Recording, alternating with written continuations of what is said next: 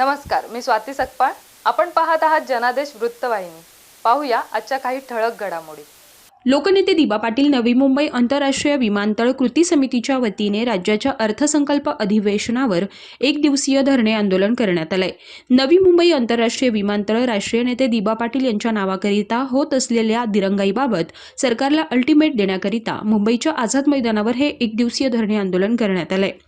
कृती समितीचे अध्यक्ष दशरथदादा पाटील यांच्या नेतृत्वाखाली करण्यात आलेल्या या धरणे आंदोलनात ओबीसीचे नेते प्रकाश अण्णा शेंडगे, खासदार बाळामामा म्हात्रे, जगदीश गायकवाड, समितीचे समन्वय जेडी तांडेल, दीपक पाटील, कॉम्रेड भूषण पाटील, विनोद म्हात्रे, माजी आमदार सुभाष भोईर, राजाराम पाटील, प्रताप पाटील, प्रवीण पाटील, संतोष घरत, गोविंद भगत, अविनाश घरत, सीमा घरत, गीता पाटील, शालिनी म्हात्रे आदी मान्यवरांनी उपस्थित राहून आंदोलनाला संबोधित केलंय.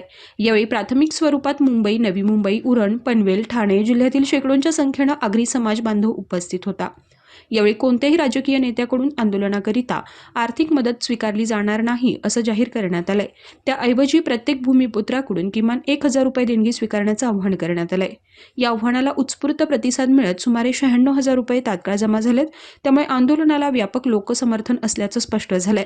अशा या धरणे आंदोलनातून लोकनेते दिबा पाटील यांच्या नावाबाबतची अधिसूचना काढण्याकरिता सरकारला 7 दिवसांचा अल्टिमेट देण्यात आला असून जर तसं न घडल्यास हातात दगडधोंडे घेऊन आगरी समाजाचा लाखोंचा मोर्चा घेऊन थेट मंत्रालयावर आणण्यात येईल असा इशारा देण्यात आलाय. सरकार कुणाचं काही असो, राजकीय पक्ष न पाहताना सरकारला एक अल्टिमेट दिला गेला पाहिजे आणि म्हणूनच हा शांतते मार्गाने आजचं पहिला धरणं आंदोलन आहे. सरकारला आम्ही 2 तारखेला जो पत्र दिलं होतं त्याच्या अगोदर 2 ऑक्टोबरला राज्याचे मुख्यमंत्र्यांनी सर्वपक्षीय बैठक बोलवली.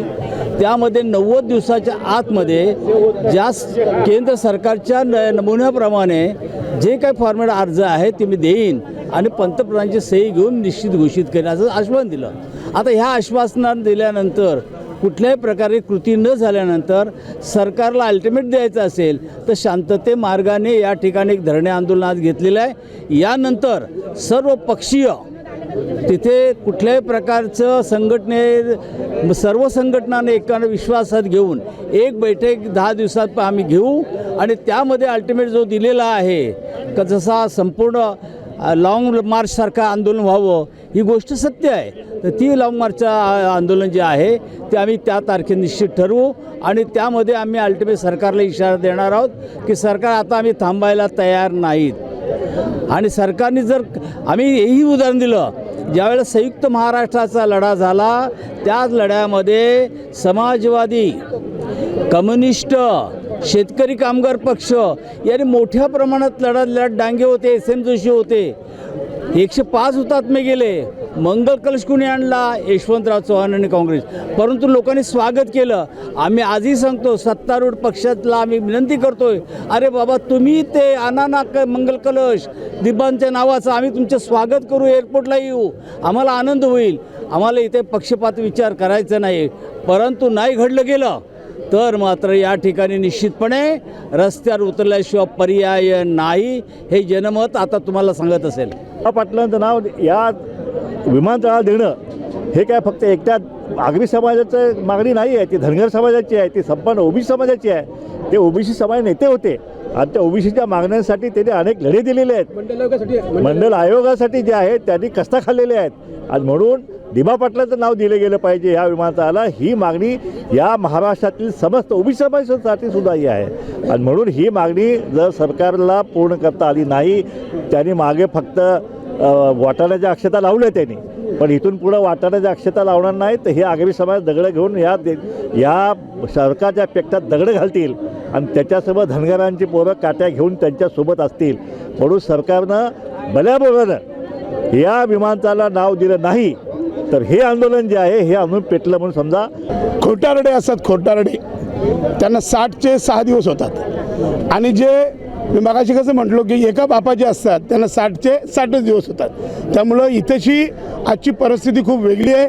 माझा आगरी, माझा कराडी, माझा SC ST NT वाला आदिवासी माझा माणूस आता पेटून उठलेला आहे. जर दिबांचाच नाव नाही तर आम्हाला कुणाच्या नावाची गरज पण नाही आणि म्हणून हे आंदोलन आम्ही करतो आहे. आम्ही या ठिकाणी ज्या आंदोलनाची येतं दिशा आज तारीख आज निश्चित होईल.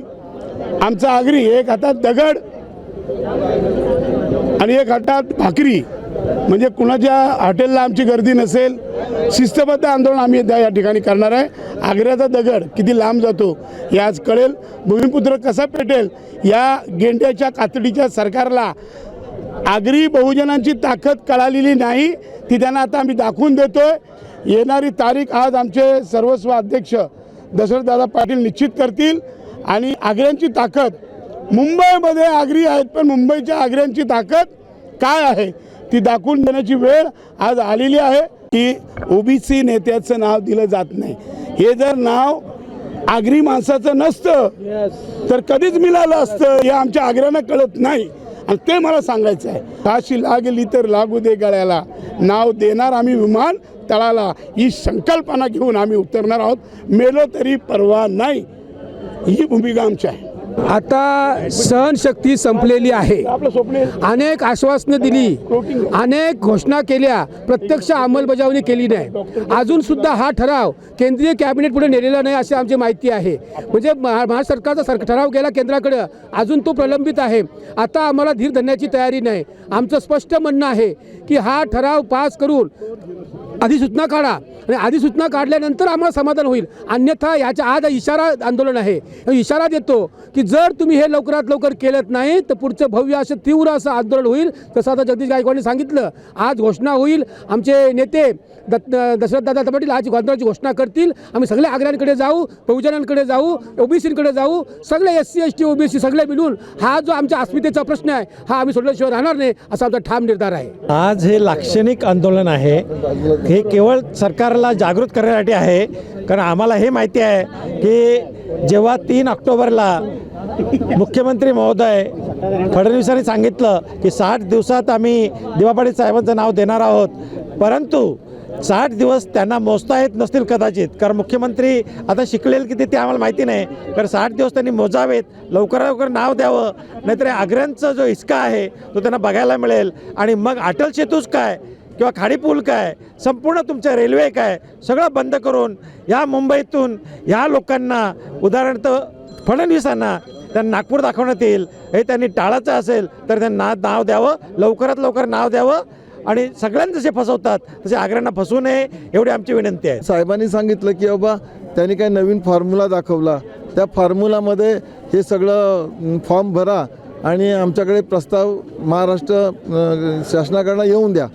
मग जर आजचे मुख्यमंत्री आहेत देवेंद्र फडणवीस साहेब यांनी त्यांना आश्वासनसुद्धा दिलं की बाबा दिबा पाटील साहेबांचं नाव हे दिलं जाईल. मग ते प्रस्ताव अजून त्यांनी 60 दिवसाची काही मुदत दिली होती, त्या मुदतीच्या आज 64 दिवस गेलेले आहेत. मग हे प्रस्ताव का नाही करत?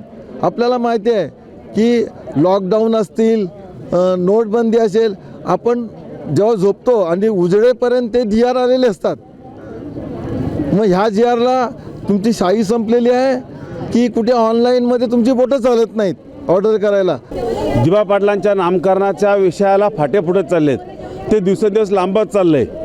काही कारण नसताना हे नाव दिलं जात नाही. याचं एक कारण आहे, या राज्यातले, या देशातले राजकारणी आहेत, मग ते आगरी समाजाचे असोत की बाहेरचे असोत, हे सगळे शंड आहेत, नालायक आहेत, गेंड्याच्या कातडीचे आहेत. आम्ही विनंत्या करून, नेत्यांच्या भेटी घेऊन, मंत्री, मुख्यमंत्री यांनी काही होणार नाही. यापुढे आम्ही भूमिपुत्र, आम्ही शेतात राबलेली माणसं आहेत, आमचा कचका काय असतो, आमचा हिसका काय असतो हे दाखवणे हाच एक मार्ग आहे. आणि आम्ही लहान आहेत, आम्ही वयाने ज्युनियर आहेत. आम्ही दशरथदादा आणि कृती समितीला सांगू, यापुढे कुठल्याही नेत्याकडे आम्ही जाणार नाही, जायचं नाही. यापुढे असा हिसका दाखवायचा आहे की हे राजकारण, हे सत्ताधारी हे झुकले पाहिजेत आणि तातडीने दिबांचं नाव दिलंच पाहिजे. करू किंवा मरू या इराद्याने पेटून रस्त्यावर उतरलं पाहिजे. आणि याबरोबरच अनुकूलतेने सुखावलेल्या आमच्या भूमिपुत्रांची नवीन पिढी, तिला जागृत करून रस्त्यावर उतरण्याची ही संधी आहे.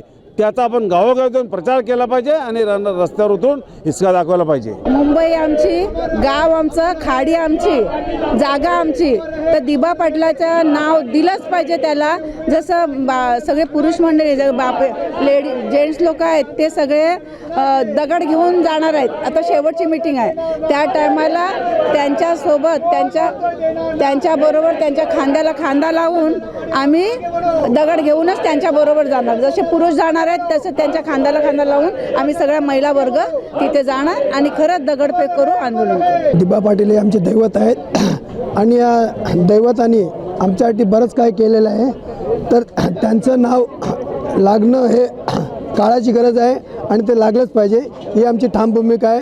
जशात जगदीश पाटील गायकवाडने सांगितलं तर उग्र आंदोलन त्याला आमचं सहभाग आहे आणि आम्ही त्यामध्ये उतरू. नाही, ही फार रचनाबद्ध गोष्ट आहे की आणि ज्यांचं नाव सर्वांनी स्वीकृत केलेलं आहे.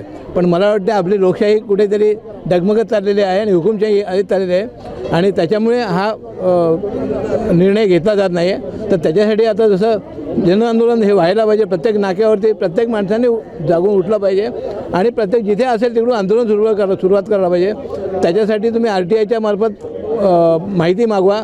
ज्या गावामध्ये असेल त्या गावामध्ये तुमच्या रस्त्यावरती आंदोलन करा आणि प्रत्येक ठिकाणी आंदोलन करू, तेव्हाच तुम्हाला न्याय मिळेल. त्याच्याशिवाय न्याय मिळणार नाही असं म्हणजे खात्री आहे. आगरी समाज तसं कोणालाच भीत नाही, पण आगरी समाजाला एक काय म्हणतात, एक जी एकत्र येऊन पुढे जाण्यासाठी जी ताकदीने जायला पाहिजे त्या ताकदीने जात नाही. त्याचं कारण असं आहे, मीच तेवढा मोठा. हा एक आगरी समाजाला मोठा निगाड आहे.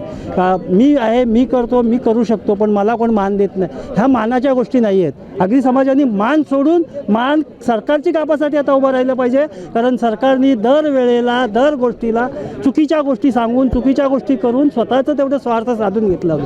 आज दिबा पाटलांचं नाव लागण्यासाठी आज आगरी समाज या सगळ्या 5 जिल्ह्यातनं स्वतःचा जीव तोडतोय. पण ह्या सरकारला, दोन्ही सरकार असतील कोणी असतील, त्याला काही पडलेलं नाही आहे. आज सगळ्या गोष्टी झालेल्या असताना पण जर नाव देत नसतील तर याचा अर्थ काहीतरी काळंबोरं आहे.